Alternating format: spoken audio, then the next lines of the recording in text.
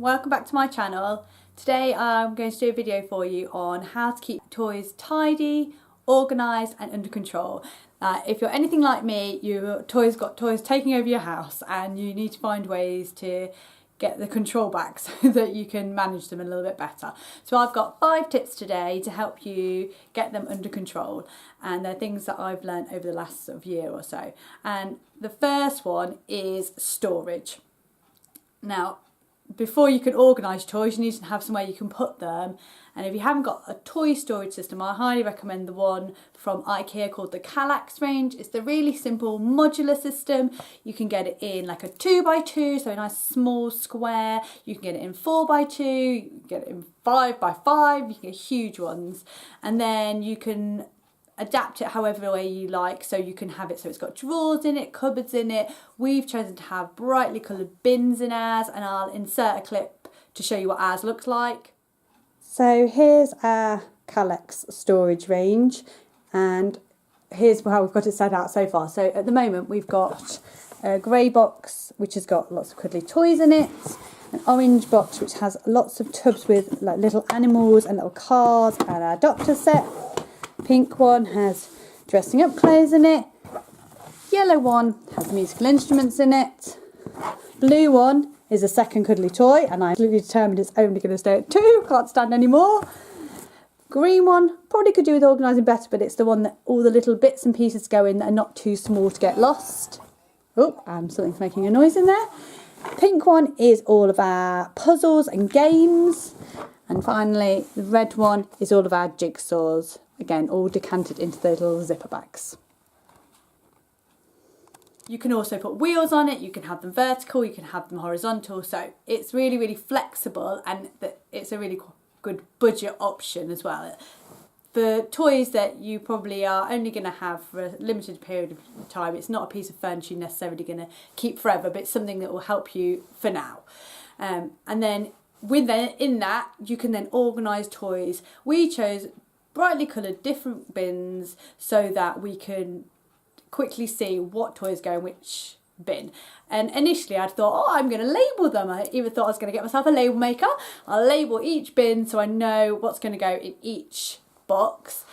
But once you've put the same toys away again and again and again, you soon realise you don't actually need a label to tell you that the soft toys go in the orange box or the jigsaws go in the red box. You don't really need it anymore. So in the end I didn't bother. So that's tip number 1.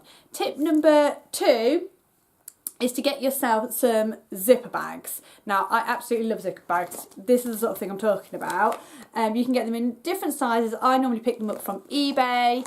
And then whenever we get a new toy, I kind of decant the contents into a zip bag. It takes up so much less space. It looks a lot more organised in one of the boxes, and it also means that boxes don't get crushed and bits don't get fallen out and lost. So that's a really good way to keep bits and pieces, especially toys that have lots of bits, or games and puzzles that have lots of bits, to keep them organised. And so I might put jigsaws into them like this.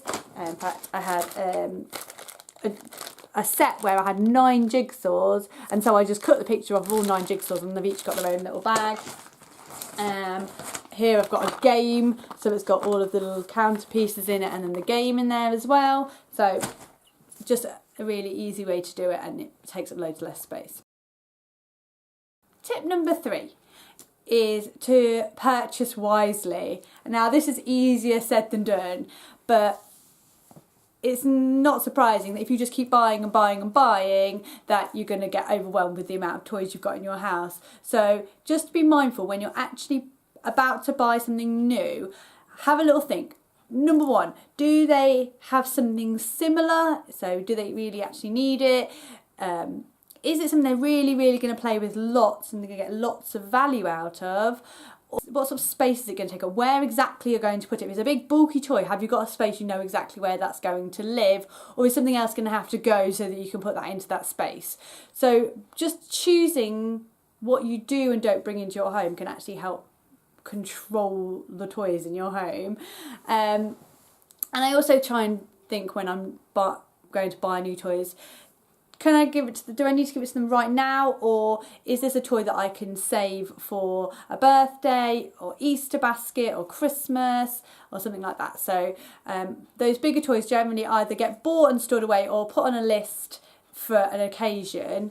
And other toys, maybe things like toys you get on a magazine. Now often you get little knick-knacky toys, or in kids' meals, little plastic tat that honestly I just don't want in my house. And so I'll keep it for a little while, but then as soon as I know they've got some play out of it, it just disappears, and it either gets recycled or binned. It just goes out of my house, I don't want it anymore.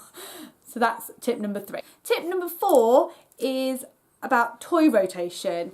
Now, if you go online, you'll find some amazing, really clever, well thought out systems for toy rotation, so that you've always got different areas of the curriculum being rotated around and all that jazz. But for me, it's just about choosing some of the bigger toys, or the toys that have lots of bits in them, that I keep separate from the rest of the toys that I play with day to day, and I keep them away upstairs in a cupboard. And then maybe on a day when I've got a rainy day when I know I'm going to be at home, or maybe I've got a day where they're really getting cranky and getting on each other's nerves and I just want to distract them, I'll pull out one of those toys. For example, I've got a big Happy Land set that we bought secondhand from a Facebook selling site, and it's got a huge box, loads of Happy Land pieces inside it. They absolutely love it, but that's one of our toy rotation toys. It doesn't live in their playroom, it isn't out all the time. It's away in a cupboard, and then when I feel I need it, or when they really want to play with it, we clear a space for it, they get it out, and often I'll leave it out for like 2 days, and then when I've had enough of all the little bits and I can't stand it anymore, it all gets packed away and goes away, and it might not come out again for another month. But I find that a really good way. It means that toys keep their novelty factor, and it also means that you've got less of those toys with loads of pieces on a day-to-day basis. Tip number 5 is a quarterly clear out. So I try really hard every couple of months to go through the toys we've got. Sometimes I've done it on my own, especially when they were younger, but now they're getting older, I try and do it with them, and we go through the toys and we have a think. Do you still play with this?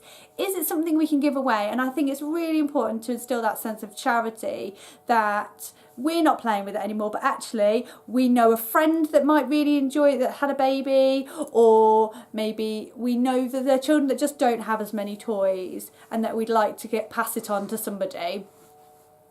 And so we'll go through and have a little clear out, and especially do this just before birthday, just before Christmas. And I think they are starting to understand that we're making room for new toys that are coming in. They know they're going to get new toys for their birthday, they know they're going to get new toys for Christmas, and so we're making room for those new toys to come in.